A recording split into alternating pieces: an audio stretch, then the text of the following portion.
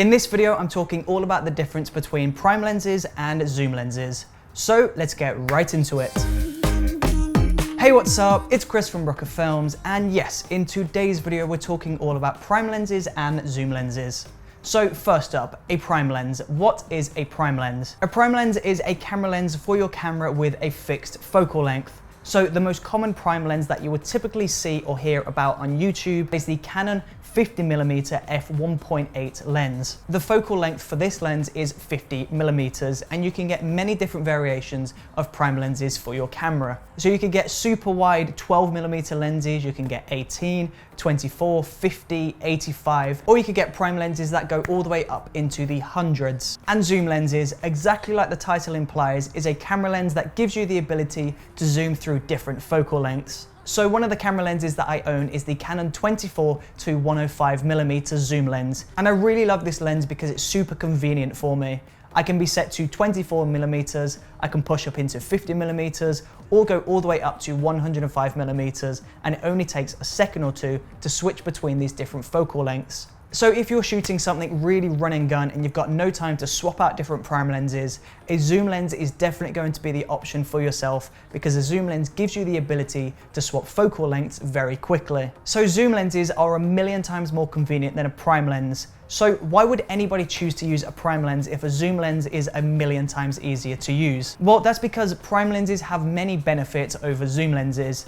The first is a prime lens has a very sharp image throughout the entire duration of the frame. If you put a prime lens on a camera and you put a zoom lens on the camera and you film the exact same thing at the exact same focal length, you'll notice that the prime lens image looks a little bit sharper than the zoom lens. This is because prime lenses are consistently sharp across the entire frame, whereas zoom lenses typically drop off around the edges.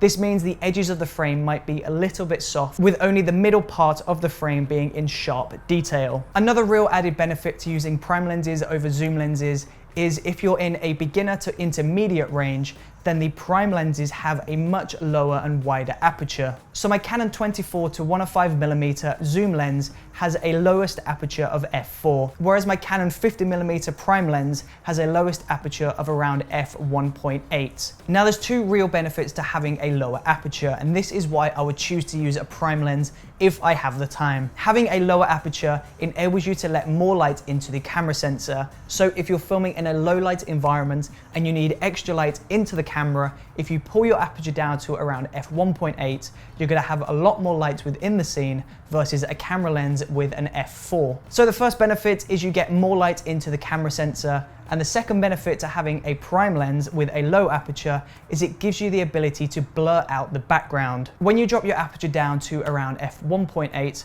your focus plane seriously reduces. Now this basically means that the background and the foreground are going to blur out a lot more with a lower aperture than a larger aperture. So for example, if I was shooting this exact shot with a wider aperture of around f22, everything would be in perfect crystal detail. So myself, the computer, and the green screen would all be in crystal clear detail.